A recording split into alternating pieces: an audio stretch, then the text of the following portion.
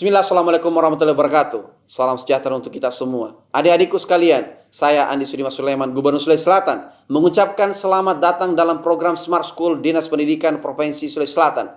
Hari ini adik-adik sekalian akan mengikuti pembelajaran hybrid dalam program Smart School.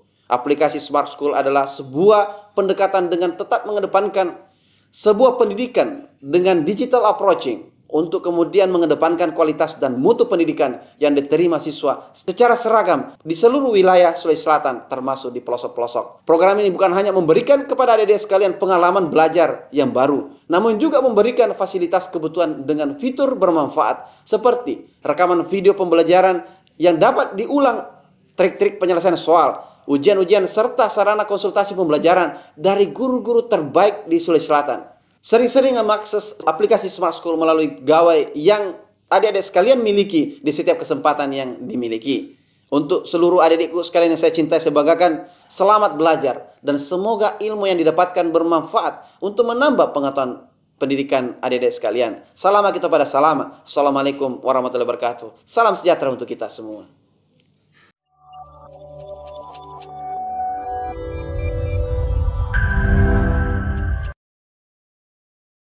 Assalamualaikum warahmatullahi wabarakatuh. Selamat pagi, salam sejahtera buat kita semua. Bagaimana kabar anakku sekalian hari ini? Mudah-mudahan kita dalam kondisi sehat walafiat. Hari ini bersama saya Ahmad Darmawan dalam mata pelajaran Bahasa Indonesia Generasi Smart School Berkarakter Cerdas K.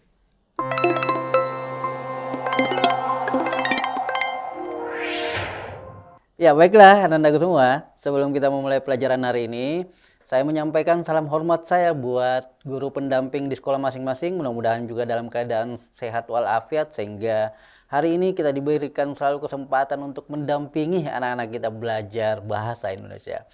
Untuk pertemuan kali ini anak-anakku sekalian, saya akan memulai dengan kata ini. Hari Senin kita minum jamu. Hari Selasa minumnya 2. Teruslah belajar dan menuntut ilmu untuk bekal di masa tua. Jadi ya, mudah-mudahan di pantun pertama di pertemuan kita hari ini akan menjadikan spirit buat kita semua. Ya, bagaimana kemudian kita diupayakan untuk terus belajar dan menuntut ilmu. Baiklah anak-anakku sekalian, hari ini untuk materi bahasa Indonesia kita akan belajar tentang struktur teks editorial. Ya. Sering ya dengar istilah ini, struktur teks editorial. Kita akan belajar tentang teks editorial. Di peta konsep, ya di peta konsep kita di pembelajaran bahasa Indonesia, kalau kita perhatikan skema yang di atas, anak-anakku sekalian, ada teks editorial, kemudian ada struktur teks editorial, kemudian ada kebahasaan teks editorial. Di bagian struktur teks editorial, kita akan mempelajari tentang bagian-bagian strukturnya. Kemudian kita akan mempelajari tentang bagaimana membuat kerangka teks editorial. Ya, di pertemuan kita kali ini anak-anak semua, kita akan berbicara tentang struktur teks editorial. Ya, kemudian kita akan mempelajari bagian-bagian dari struktur tersebut. Ya. Sekarang yang akan kita bahas di bagian awal adalah tetap pada tujuan pembelajaran kita. Ya. Kenapa sih kemudian kita harus belajar teks editorial? Di tujuan pembelajaran kita kali ini yang akan kita tuntaskan anak-anakku semua adalah bahwa kita diharapkan mampu menganalisis struktur teks editorial. Ya, pasti pertanyaan pertamanya adalah apa yang kamu tahu tentang teks editorial? Sudah pernah dengar ya istilah ini tentang teks editorial? Atau biasa juga kita akrab dengan istilah tajuk rencana? Ya. Atau biasanya kalau kita ditanya apa yang kamu tahu tentang teks editorial, biasanya yang ada di pemikiran kita, di kepala kita adalah tentang koran, majalah, ya, surat kabar, ya. Kemudian sehingga kalau kita ditanyakan tentang teks editorial, maka selalu di bagian awal kita belajar harus memahami tentang pengertiannya. Ya, sebagai langkah dasar kita untuk belajar teks editorial. Ya, sekarang coba kita perhatikan sama-sama. Pengertian dari teks editorial adalah artikel utama yang ditulis oleh redaktur koran yang merupakan pandangan redaksi terhadap suatu peristiwa atau berita Ya, suatu peristiwa atau berita aktual atau sedang menjadi sorotan, fenomenal, dan kontroversial. Jadi ada beberapa bagian yang harus anak-anakku semua perhatikan. Ya, ada istilah redaktur koran. Dia juga merupakan pandangan redaksi terhadap suatu peristiwa atau berita, peristiwa aktual yang sedang menjadi sorotan, fenomenal, dan kontroversial atau menimbulkan pendapat. Ya, jadi berdasarkan atas pengertian ini, saya yakin kita semua punya dasar untuk bisa memahami tentang teks editorial atau membedakan antara teks editorial dengan teks-teks yang lain. Ya, saya yakin anak-anakku semua, ya untuk saat ini mungkin agak sulit ya kita dapati baca tentang teks editorial karena kita sudah kebanyakan di media-media online dan segala macam. Tapi untuk mengulas teks editorial, ya tetap ada di media online. Sekarang setelah kita belajar tentang pengertiannya, ya ada bagian hal yang penting yang anak-anakku mesti pahami bahwa ketika kita belajar teks editorial, atau pertanyaannya kenapa sih mesti kita belajar teks editorial, atau kenapa bahasa Indonesia kemudian mengajarkan teks editorial. Satu, teks editorial itu ya, kita diajari bagaimana kemudian menuangkan pendapat tertentu tentang isu yang sedang hangat diperbincangkan oleh masyarakat. Ya, jadi kita akan diajarkan bagaimana kemudian menuangkan pendapat tertentu tentang isu yang sedang hangat diperbincangkan oleh masyarakat. Kemudian yang kedua, kita mesti belajar teks editorial karena itu memberikan pemahaman lebih mendalam kepada pembaca mengenai isu atau peristiwa yang sedang aktual. Atau bahasa lainnya adalah kita diberikan ilmu untuk menangkap informasi dalam teks editorial. Ya, bisa ya anak-anak semua. Ya, ini mungkin akan menjawab tentang kenapa kemudian kita belajar teks editorial di materi bahasa Indonesia. Ya, oke. Sekarang karena kita akan bicara struktur anak-anak semua. Ya, kita konsentrasi ya. Ini inti dari tujuan belajar kita hari ini, memahami tentang struktur dari teks editorial. Ya, ada beberapa struktur teks editorial. Satu, ada tesis di bagian awal, kemudian ada argumentasi, kemudian ada penegasan ulang. Oke, kita ulang ya.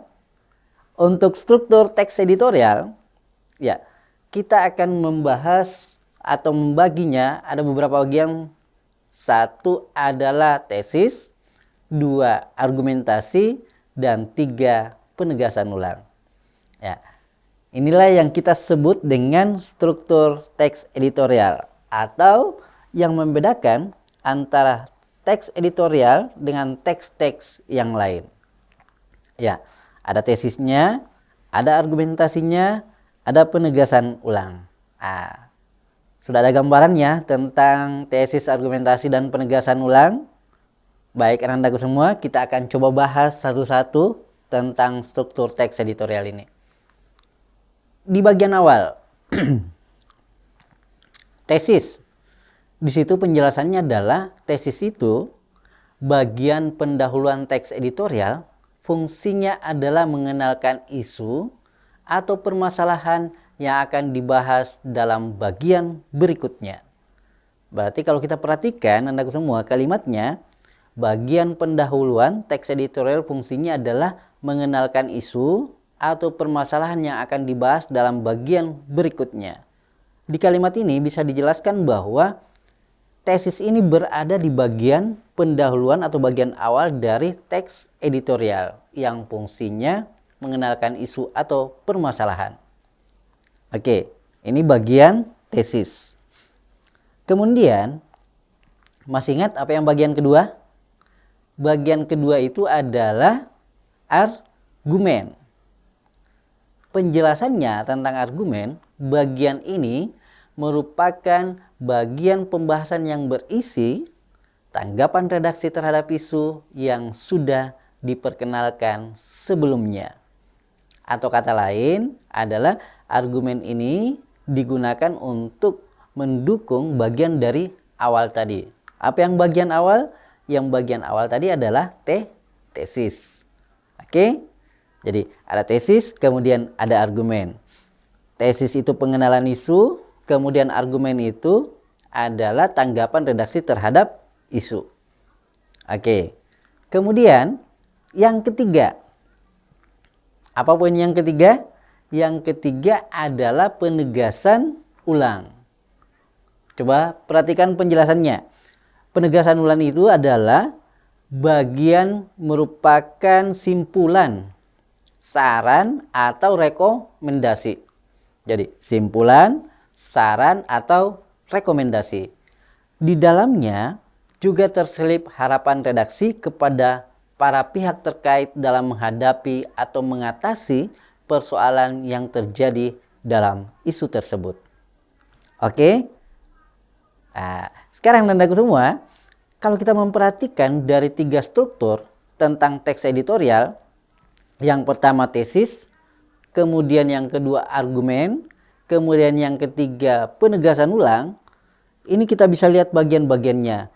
Bahwa yang pertama tesis itu bicara isu, kemudian yang kedua argumen itu adalah alasan dari penulis tentang isu tersebut, memandang isu tersebut, kemudian yang ketiga penegasan ulangnya itu berisi simpulan, saran, atau rekomendasi. Terselip juga harapan dari redaksi. Oke, bisa dipahami ya? Ya, sekali lagi, bahwa di struktur teks editorial kita akan bahas 3 bagian. Tesis, argumen, kemudian penegasan ulang. Ya, ini sudah tersusun ya dalam paragraf itu, paragraf yang kita buat atau di wacana yang kita buat, dia sudah tersusun. Tesis di bagian awal, kemudian di bagian keduanya itu adalah argumen, kemudian di bagian terakhir itu adalah penegasan ulang. Oke. Ya, sekarang kita coba bagaimana kemudian kita menganalisis teks editorial. Ya, ada satu contoh teks editorial yang akan tampil di layar kita masing-masing, anak-anakku semua. Itu pentingnya meningkatkan pelayanan rumah sakit. Ya, mari kita perhatikan sama-sama. Ya, hari ini kita sama-sama dari teman-teman Takala, ada teman-teman Sopeng, teman-teman di Goa, kemudian ada juga teman dari Bone yang ikut hadir hari ini. Coba kita perhatikan dari contoh pentingnya meningkatkan pelayanan rumah sakit. Ya, mudah-mudahan terbaca ya. Nah, kita perhatikan. Pada tahun lalu, banyak masyarakat mengadu mengenai pelayanan kesehatan yang berada di rumah sakit Indonesia. Satu di antara keluhan masyarakat yaitu penanganan dokter untuk melayani pasien yang kurang memuaskan. Seharusnya, pemerintah lebih mengutamakan bidang kesehatan dengan cara memperbaharui atau meningkatkan mutu setiap dokter di Indonesia. Hal itu dilakukan demi meningkatkan pelayanan dan memberikan kepuasan pada masyarakat. Terdapat pengaduan yang berjumlah sekitar 268 dan dilaporkan kepada Kementerian Kesehatan. Namun, pada kenyataannya masih banyak laporan yang belum diterima bahwa masyarakat masih kurang puas dengan pelayanan rumah sakit yang diberikan. Masyarakat terus berharap agar mendapatkan peningkatan pelayanan rumah sakit yang ada di Indonesia guna membuat pasien menjadi lebih nyaman. Sekarang anak-anakku semua, kalau kita memperhatikan satu wacana ini, satu teks ini, maka saya yakin setelah kita bahas struktur tadi, kita sudah bisa bedakan bagian-bagian dari struktur teks editorial ini. Ya, ada tesisnya pasti di bagian awal. Setelah tesis itu namanya ada argumen yang mendukung tesis. Kemudian di bagian ketiga ada namanya penegasan ulang yang berisi simpulan, rekomendasi yang bisa isinya adalah harapan. Berarti kalau kita lihat bagian ini, teks ini berdasarkan atas struktur tadi, teks editorial, berarti kita sudah bisa bedakan ya, yang mana tesisnya, yang mana argumennya, yang mana penegasan ulangnya. Oke, bisa ya sama-sama ya. Nah, sekarang coba kita lihat. Di wacana pentingnya meningkatkan pelayanan rumah sakit. Pada tahun lalu, banyak masyarakat mengadu mengenai pelayanan kesehatan yang berada di rumah sakit Indonesia. Satu di antara keluhan masyarakat yaitu penanganan dokter untuk melayani pasien yang kurang memuaskan. Ini bagian awal, tentu saja dia di paragraf 1, paragraf pertama. Di struktur teks editorial kita membahasakannya sebagai tesis. Oke, bisa ya? Ya, tesis penyampaian isu, permasalahan, atau pendapat-pendapat umum. Bisa ya? Jadi, di paragraf 1, pasti untuk teks editorial, dia adalah tesis. Ya, jadi kalau saya ditugaskan untuk menuliskan sebuah teks editorial, maka yang harus saya pikirkan adalah bahwa di paragraf awal, untuk teks editorial, saya harus menuliskan permasalahan umum atau tesisnya atau isu-isu yang akan kita bahas selanjutnya. Oke. Kemudian coba kita perhatikan. Di kalimat seharusnya pemerintah lebih mengutamakan bidang kesehatan dengan cara membarui atau meningkatkan mutu setiap dokter di Indonesia. Hal itu dilakukan demi meningkatkan pelayanan dan memberikan kepuasan pada masyarakat. Ya, ini berada di paragraf 2. Tadi dibahasakan bahwa setelah tesis itu pasti masuk di struktur yang kedua. Struktur yang kedua itu adalah argumen yang isinya adalah ulasan atau pendapat-pendapat penulis untuk mendukung tesis. Ya, kalau kita perhatikan struktur kalimatnya, anakku sekalian, ya sebenarnya dia lebih cenderung bahwa kalimat yang dihadirkan pasti kalimat yang opini. Dia adalah pendapat. Misalnya ada kata seharusnya. Ya, seharusnya pemerintah, ya itu sudah menegaskan bahwa dia adalah kalimat opini. Ya, sehingga di bagian ini di paragraf 2 ada namanya, kita istilahkan di struktur itu sebagai argumen. Oke, berarti gampang ya. Setelah tesis pasti argumen. Ya, kemudian di paragraf 3 ada lagi pendapat yang muncul. Terdapat pengaduan yang berjumlah sekitar 268 dan dilaporkan kepada Kementerian Kesehatan. Namun pada kenyataannya masih banyak laporan yang belum diterima bahwa masyarakat masih kurang puas dengan pelayanan rumah sakit yang diberikan. Sehingga di paragraf 3 ini muncul lagi sebagai argumen yang mendukung isu di bagian awal tadi, di tesis di paragraf 1 tadi. Ya, gitu ya Nandaku semua, sehingga dibahasakan bahwa untuk teks editorial bisa jadi di bagian-bagian selanjutnya, di bagian pertama di awal itu ada tesis, di bagian-bagian selanjutnya bisa jadi terjadi ya, atau kita bisa buat beberapa kalimat-kalimat yang berisi argumen. Ya, bisa jadi terdiri atas beberapa paragraf yang isinya adalah argumen untuk mendukung tesis. Jadi bahasa lainnya ada satu tesis yang muncul, ya kemudian argumen-argumen itu bisa kita pilah-pilah menjadi beberapa paragraf. Ya, jadi dia bisa terdiri atas beberapa argumen. Kemudian,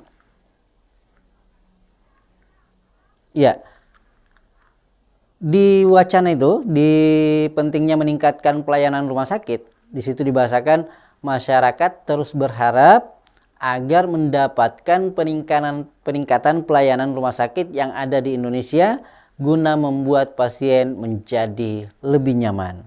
Ya, di bagian ini kita bahasakan sebagai penegasan ulang. Ya, tadi penjelasannya penegasan ulang itu terdiri atas kesimpulan dan saran. Ya, atau bisa jadi rekomendasi dari isu yang kita munculkan di bagian awal. Oke.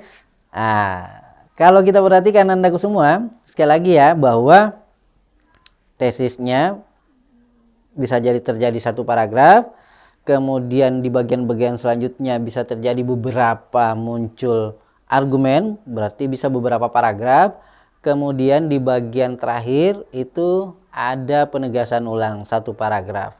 Ya. Nah, sekarang kita lagi perhatikan mana? Oh ya, di bagian refleksi. Di bagian refleksi sekian detik yang kita gunakan anandaku semua adalah bahwa kembali saya memberikan kesempatan buat anandaku semua mengingat ya penjelasan yang tadi. Ya. Satu tentang struktur teks editorial. Ya, ada berapa? Ya, kemudian bagaimana membedakan antara ketiga bagian dari struktur teks editorial ini. Oke, sekian detik kita gunakan. Ya, kita bicara tentang struktur teks editorial, kemudian terdiri atas tiga struktur, tiga bagian, satu tesis, kemudian dua argumen, kemudian yang tiga penegasan ulang. Ya, penjelasannya diingat kembali, yang mana tesis, yang mana argumen, yang mana penegasan ulang. Oke, sekarang kita perhatikan sama-sama. Mana? Kita coba soal latihannya ya. Untuk melihat dari teks editorial yang tadi.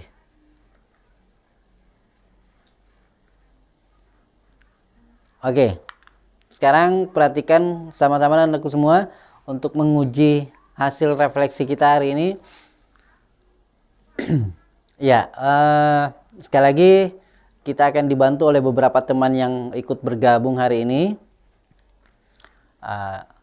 Banjir, kita sama-sama baca ya. Banjir yang selalu melanda ibu kota Jakarta sudah tidak bisa ditoleransi dan dimaklumi. Harus ada solusi yang cepat dan tepat untuk mengatasinya sebelum Jakarta benar-benar tenggelam.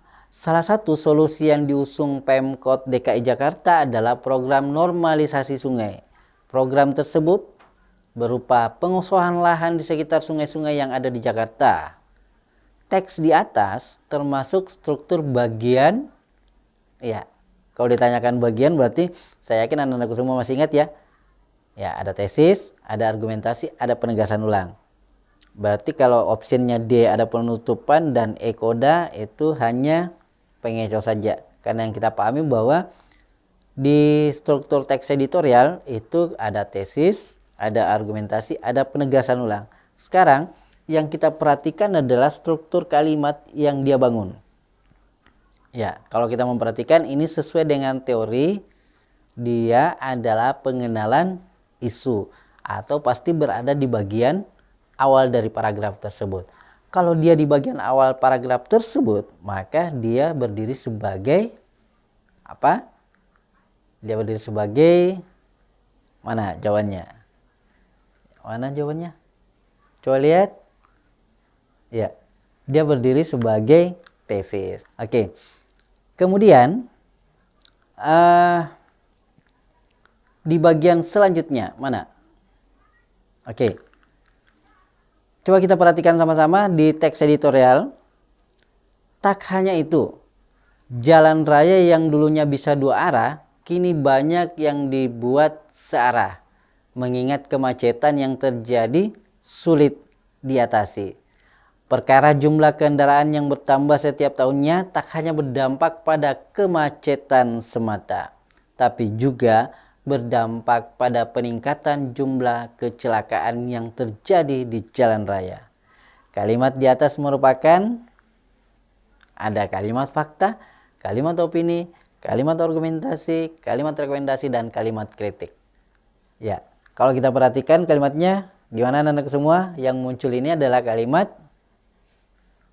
Ya, saya yakin bisa ya kalau yang seperti ini. Ya, kalimat fakta. Ingat, di bagian tesis itu yang kita munculkan itu adalah kalimat-kalimat fakta. Ya, di argumen baru kita munculkan opini untuk mendukung fakta. Oke. Sekarang di bagian selanjutnya. Mana? Ya, oke. Tak hanya itu, jalan raya yang dulunya bisa dua arah, kini banyak yang dibuat searah, mengingat kemacetan yang terjadi sudah sulit diatasi. Perkara jumlah kendaraan yang bertambah setiap tahunnya tak hanya berdampak pada kemacetan semata, tapi juga berdampak pada peningkatan jumlah kecelakaan yang terjadi di jalan raya. Teks editorial di atas berisi masalah apa? Apa kira-kira masalah yang dimunculkan?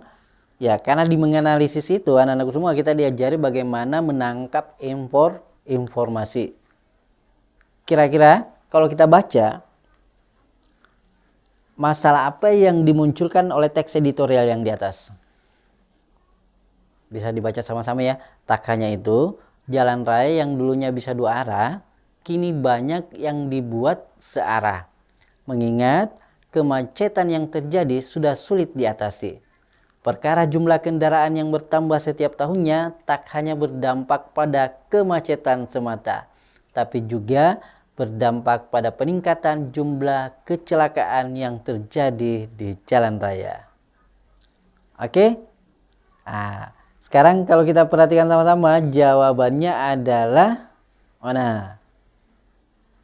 Jawabannya adalah upaya pengurangan jumlah kendaraan. Ya, saya yakin kita baca problem yang dia angkat adalah bagaimana upaya pengurangan jumlah kendaraan. Kalau kita perhatikan struktur kalimatnya, ya, mulai dari kalimat pertama, kalimat kedua, semua berdasarkan atas masalah jumlah kendaraan. Tak hanya itu, misalnya di bagian kalimat awal kalau kita baca, jalan raya yang dulunya bisa dua arah kini banyak yang dibuat searah, mengingat kemacetan yang terjadi sudah sulit diatasi. Berarti masalahnya jumlah kendaraan. Perkara jumlah kendaraan yang bertambah setiap tahunnya tak hanya berdampak pada kemacetan semata. Ini masalah jumlah kendaraan lagi yang dibahas. Tapi juga berdampak pada peningkatan jumlah kecelakaan yang terjadi di jalan raya. Sehingga intinya kalau kita perhatikan, dia berada di bagian awal kalimat ini. Oke, next. Mana lagi? Oke. Sekarang kita perhatikan sama-sama. Kalimat di atas merupakan melihat keadaan bumi kita yang sudah dipenuhi dengan pencemaran. Ya, manusia sebagai faktor penyebab pencemaran lingkungan harus mengubah perilakunya terhadap lingkungan. Manusia harus menjaga dan melestarikan lingkungan, bukan merusaknya. Kalimat di atas merupakan kalimat apa, anakku semua? Kalau di option itu kita lihat ada kalimat argumentasi, ada kalimat opini, ada kalimat fakta, ada kalimat rekomendasi, dan ada kalimat kritik. Nah, tapi kalau kita perhatikan, ya jelas ya bahwa kalimat yang muncul di paragraf ini adalah kalimat apa? Kalimat opini.